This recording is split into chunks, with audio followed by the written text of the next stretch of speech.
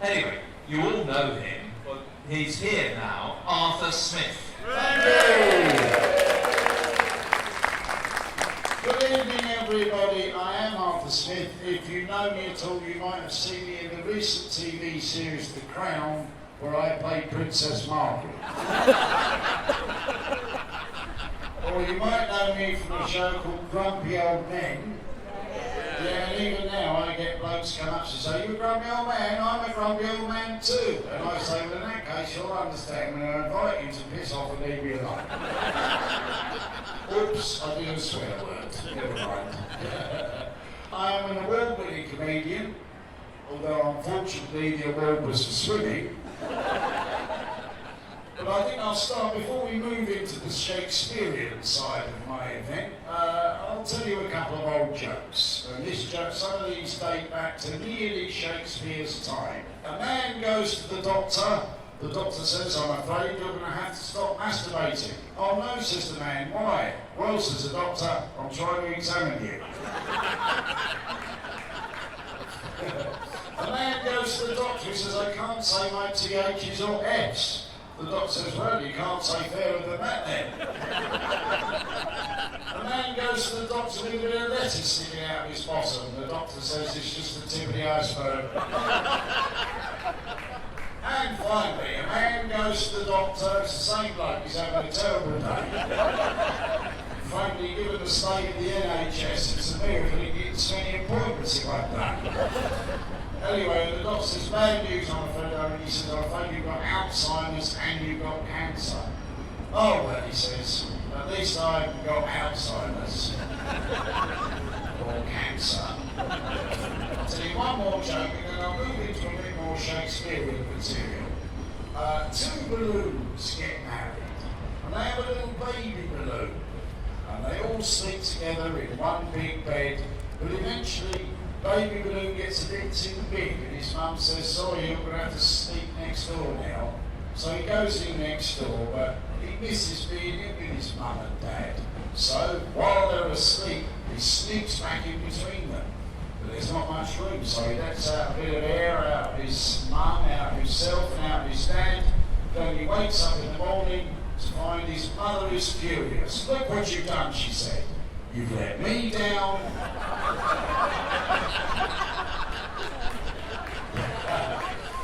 What I like about that is that you can fill in the last two punchlines yourself.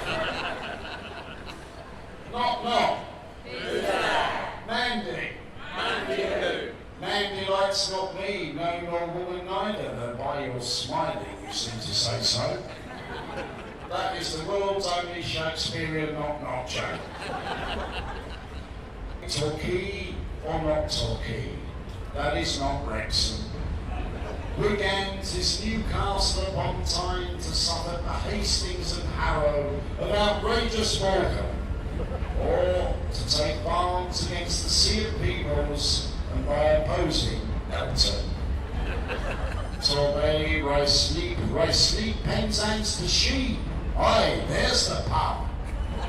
For in my sleep of death, what chiefs schemes strong when we have Sheffield off this brutal soil. Fiefont, 'tis an unwelling garden city. Oh, well done, you're doing a bit of clapping. I do love the new statue of Shakespeare here, and there's going to be so many selfies made of him. From what I understand, I think there are 4 statues of Shakespeare in London. There's Westminster Abbey, the one inside there, maybe there's 3 anyway, and then, yeah, this new one, and then the one in Leicester Square. I'm sure you've all seen the statue of Shakespeare in Leicester Square. And shortly I'm going to mime to a song which is my first ever date with the lady who is now my wife, we met at the statue of Shakespeare in Leicester Square. And I remember thinking, I tell you what, if while we're sitting there a pigeon lands on Shakespeare's head, then it's going to be great. And a pigeon did land. And we're still married all these years later. And I'd now like to sing a song to the lady whom I love, which is from Twelfth Night, written by William Shakespeare.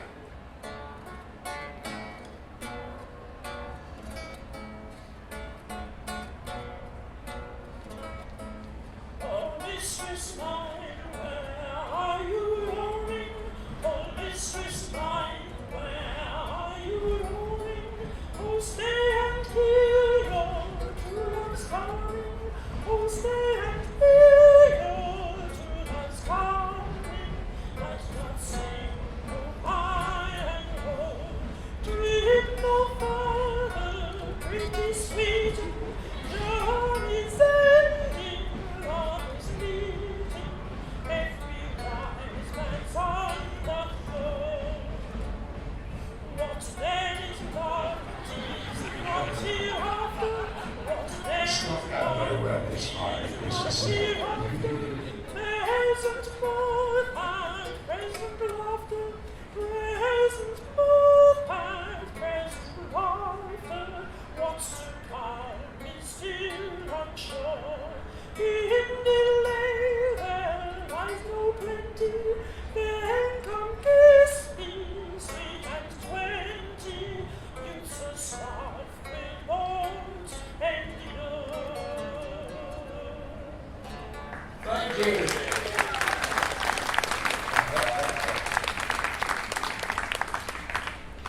Knock, knock.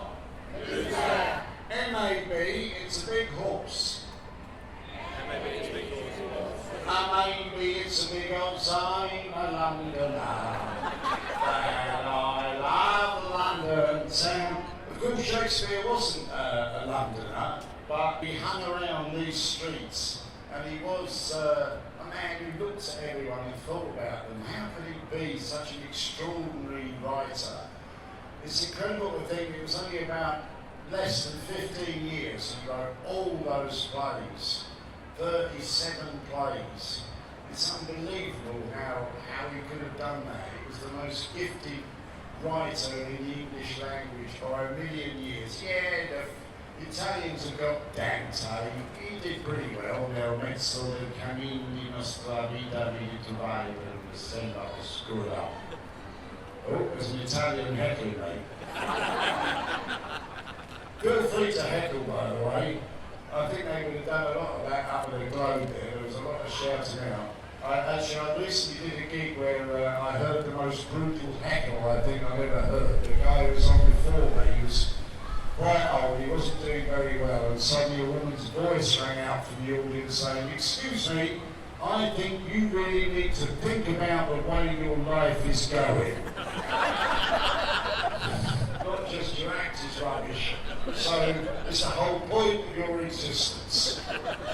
As the Archbishop, or whoever he is, was saying, what's the Archbishop? Are you an Archbishop? Or is it? Dean, yeah. How's that different? Do you want to take like one down from the bishop? No, it's better. It's better than a bishop. Yeah, round of applause for Dean. So you were a bishop before you were the team. Do you like get promoted? I suppose you end up as God in the end. No, I shouldn't be saying this sort of thing. Yeah, where was I? Last year when I was doing O-levels. Yeah, but Shakespeare, it's incredible to think what an incredibly gifted man he was. And Rik and I here have done every April the 23rd on his birthday and his death day. You can see he died on his 52nd birthday. We've done a little stories about this cathedral and about some of the people here who we knew. At that time, when Shakespeare was around, this was St Saviour's Church. It wasn't Southwark Cathedral. And before then, it was St Mary's Ovary. Nothing to do with Mary's womb, but ovary just meant over the river. to distinguish it from some of the other St Mary's churches north of the river. One year we talked about Shakespeare's little brother, Ned Edmund, who followed William down to London to be a player and played the women's parts as young boys with unbroken voices did. And then at the age of 27, Ned became a father. But 6 months later, the child was dead, and so was Ned. It was probably the plague. His grave is in there, lying between the choir stalls. And the cathedral actually has a record of Ned's funeral on New Year's Eve when he was called a player, and someone, probably William Shakespeare, played to have the great bell rung across the frozen River Thames on his funeral. Another year we stopped outside the tomb of John Gower, the 14th century bard, and John Fletcher, the acclaimed dramatist. We celebrated Dickens on his bicentenary because he loved Shakespeare, knew the plays, and headed the campaign to keep the house where Will was born in Stratford and not allow it to be shipped to America by P.T. Barnum. We told the story of John Harvard, who was born in a pub near here, and when he grew up, his father died, he sold the pub, bought a pile of books, and a one-way ticket to America in 1630. He died the following year, and because of his books, he began the university which bears his name, Harvard University. And the year we did the talk about that, the US Embassy's cultural attaché came to that gig. He wouldn't stop bloody heckling. By the way, a little statistic, we got any Americans here tonight? Probably one out there somewhere. Did you know this statistic? Did you know 1 out of 3 Americans weighs as much as the other 2?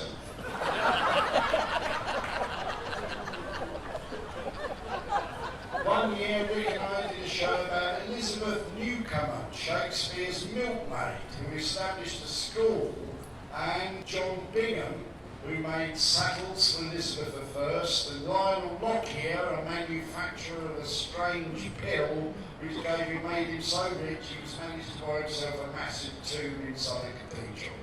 Some of Shakespeare's actors are buried here as well. Richard Burbage, who was mentioned earlier on there, who first performed Hamlet, Lear, Macbeth, and at whose funeral the parish scribe joked "Exit Burbage" in the register. And Shakespeare's clown, Will Kemp, who danced 100 miles for a bet to go to Norwich in 9 days, a feat which Rik here also performed. Although Rik, unlike Will Kemp, was arrested by the police. That's quite a good excuse. I'm dancing to Norwich like Will Kemp. I had to let him go. And then he died in 1603 of the plague, which closed the theatres at the time and obliged William Shakespeare to take up poetry to try and make some cash on the side. Our times are not so different. We had to cancel this year's performance, where we would have been talking on April the 23rd about Ralph Crane, who was effectively Shakespeare's editor. And now I'm going to do something I've never really attempted before. I'm going to sing the complete works of Shakespeare.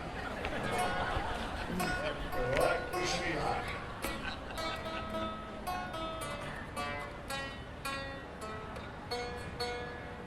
Troilus and Cressida, Midsummer Night's Dream, the Merchant of Venice and Cymbeline, Measure for measure and march ado about nothing, the Tempest and Pericles too.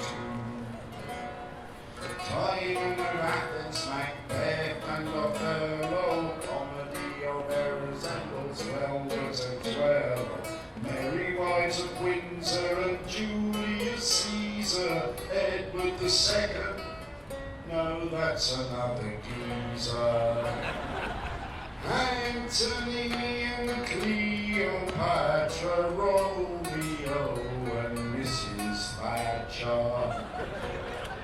Mrs. Thatcher is wrong, but Juliet is right. Like Coriolanus, King John the 12th knight, Henry the 4th, 5th, 6th and the 8th. Should have been Henry the 7th, but there ain't. Henry the 4th, part 1 and part 2. Titus, Andronicus, the taming of the shrew. Richard the 2nd or 3rd, as you like it, two gents of Verona and Hamlet, my favourite. Love's labour's lost, winter's tale and King Lear. These are the works of Francis Bacon.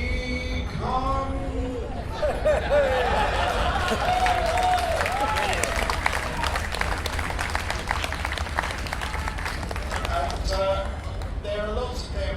One of the great things about Shakespeare is that you don't really know bugger all about him, what he was really like. There's a few references here and there, but there are missing years. What we do know, of course, is what a great writer he was. And another thing that we don't know is that Shakespeare may have been an early vegetarian. This is my theory anyway, because I've written a version of a Shakespeare, one of the great Shakespeare speeches, but I've converted it into veganism. Tomorrow, and tomorrow, and tomato. Crepes in this petit pois from date to date, to the last cinnamon of acorn in time. Tandoori yesterdays of lighted walls, the waiter crusty bread. Sprout, brie canderel.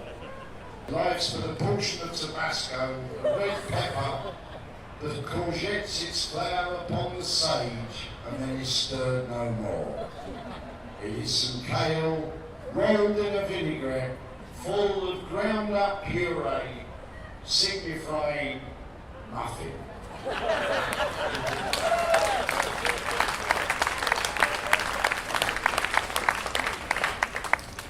Of course, Shakespeare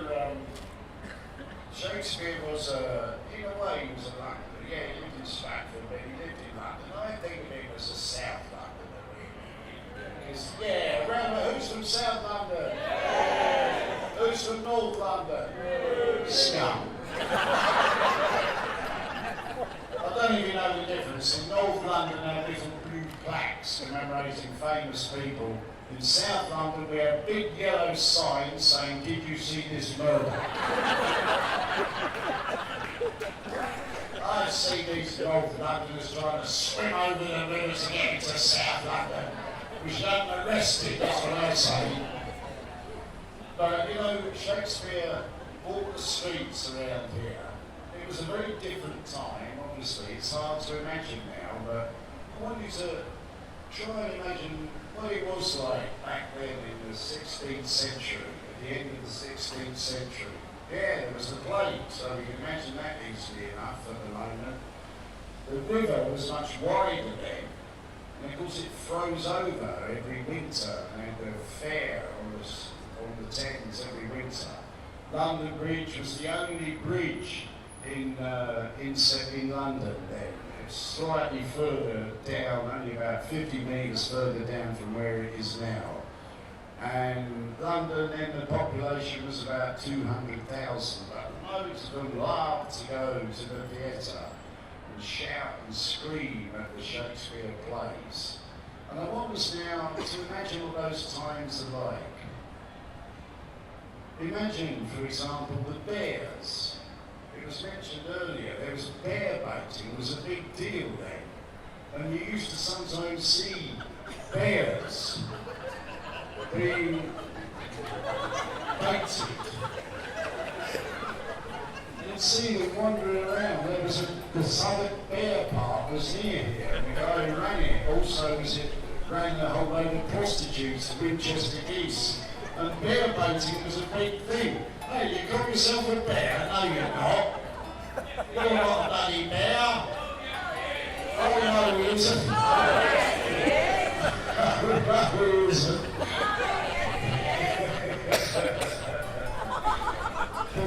bears could be badly mated and were murdered. Of course, bear was top of the bill. They didn't have a bear available, they'd use a horse or something.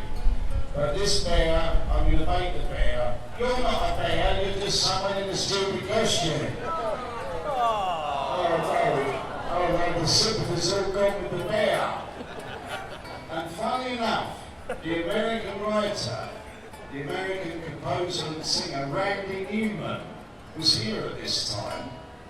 And as I leave you here tonight, I'd like to sing the song that Randy Newman wrote as he stood in Southwark Cathedral watching the bears being mated. Right, Bear, come on, Bear, let's do a bit of dancing. Yeah, come on, Bear. There we go, you ready, Rick? Yes. I may go out tomorrow if I can borrow a coat to wear. Oh, I'll step out in style with my winning smile and my dancing bear, outrageous, alarming, courageous, charming. Oh, who would think a boy and bear could be well accepted everywhere? It's Arthur Smith, the amazing dancing bear. Seen at the nicest places where welfare faces all stop to stare. Making the grandest entrance, it's Arthur Smith and his dancing bear. They'll love us, won't they? They feed us, don't they?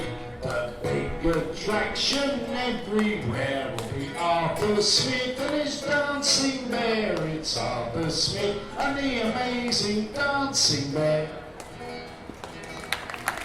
Oh, who needs money when you're funny?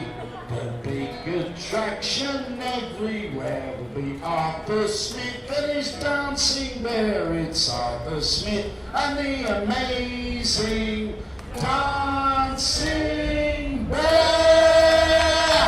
Excellent pursuit right there. Great.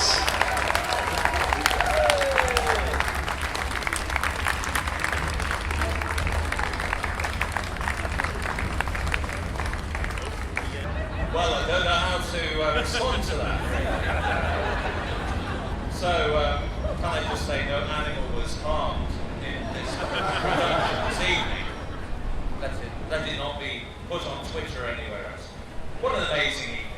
I've never had an evening like it. So, can you give a warm round of applause for Tim West?